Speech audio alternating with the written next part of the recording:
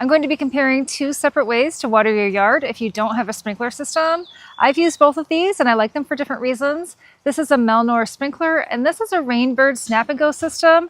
I have it installed in my backyard and we're going to install one in my front yard too. I'll show you the differences between the two so you can choose which one is better for you.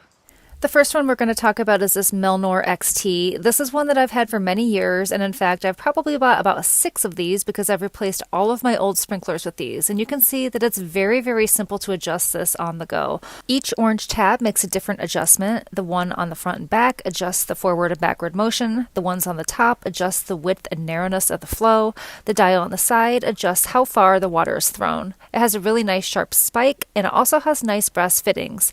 I absolutely love that it comes with a snap and go system, and if you've never used this before, you will never go back. It's just a simple 2-piece system. The nozzle part goes onto your sprinkler, the other end attaches to your hose, and it allows you to very quickly attach your hose to the sprinkler without having to screw anything on. It's really handy because no water will flow out of it until you've actually attached it to the sprinkler, so it's not making a mess if you turn the spigot on before you get to your sprinkler.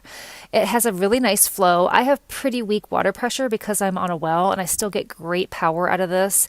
If you want to make the flow more narrow, just use these tabs on the top. They do adjust in increments. If you don't want to throw the water quite as far, just turn this dial on the side, and it can go backward and forward all the way to the ground on either side, or just straight up in the air and back down, depending on how you want to set it.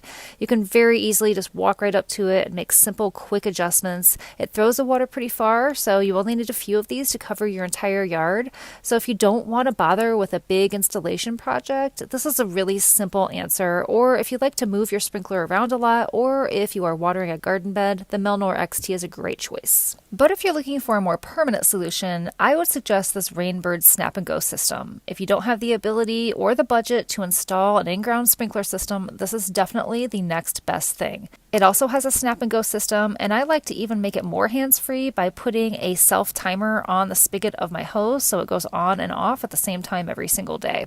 The installation is really pretty easy. I've been using this for many years and they haven't failed yet. I've never had to replace one so far, and I do live in an area that has harsh winters. It seems complicated when you first get it, but it's only 4 pieces. They just fit together really easily. The instructions are really clear, and to assemble the parts really just takes under a minute. All you're doing is connecting this hose port here to the sprinkler itself. All the pieces just snap together. It just takes a second, and after you've done it once, it takes no time at all. So when you're finished, you will see that the sprinkler head component's on the right, the hose port is on the left, and you're just going to sink this into a hole. There's no extra wiring, there's no watering or irrigation system that you need to hook up here. The hole's about 1 foot deep. I've easily done this on my own. It just takes 30 to 40 minutes from beginning to end, and if you're worried about how your yard's going to look when you're finished, if you make sure you save a couple pieces of sod, you just stick it over the top and you won't even know that your sprinkler's been installed. After a couple of weeks, the grass grows right up to the edges, and you can mow over this as well. So make sure that when you're sinking it into the ground, it's ground level so your mower can go right over it.